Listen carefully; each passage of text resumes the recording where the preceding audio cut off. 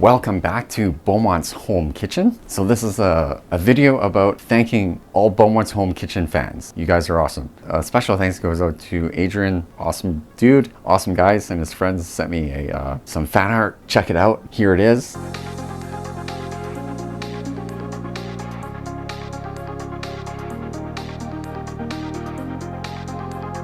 Awesome. You guys are great, and you can expect in the next day or two I'll be doing the birria tacos. I hope I said that right.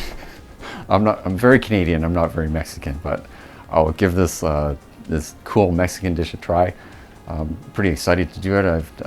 I don't cook a lot of Mexican food, but the recipe sounded really cool because it has a lot of slow braising beef and a bunch of other steps. So I'll show you that video. Thanks, because I'm looking forward to do that. Fun way to do tacos, and I love it. Thanks again, and thank you all fans of Beaumont's Home Kitchen. And if you ever want to send some more fan art, I'll share it with the audience. All right, thanks. See you soon. Bye.